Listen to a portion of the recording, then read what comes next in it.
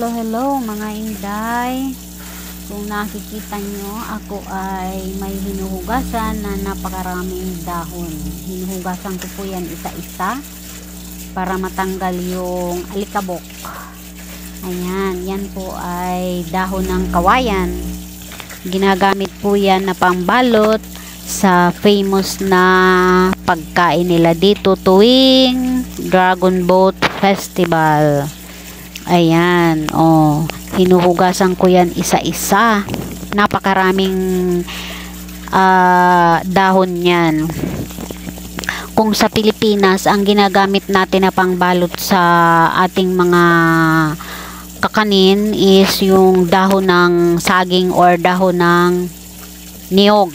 Pero dito, ang ginagamit nila is dahon ng kawayan. So, kita nyo naman yan, hinuhugasan ko isa-isa, napakadami. Diyos ko, inabot ako niya ng mahigit 1 oras sa paghuhugas niyan, isa-isa.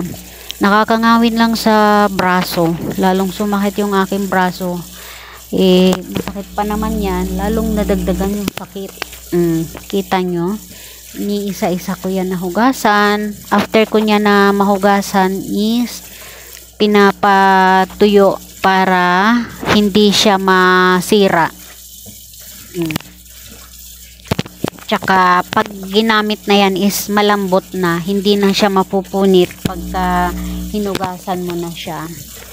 Ayan, yung mga nandito sa Taiwan, alam na alam yan kasi lahat, halos karamihan is gumagawa niyan na binabalot na malagkit. Hinahaluan nila yan ng iba-ibang sahog.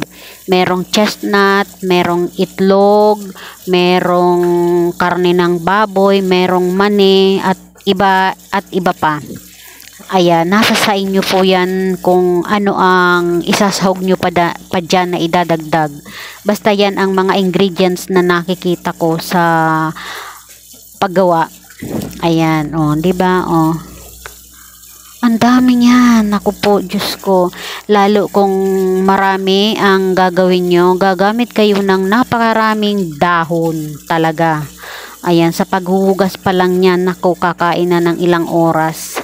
Kasi mantakin mo isa-isa ba naman yan na huhugasan mo.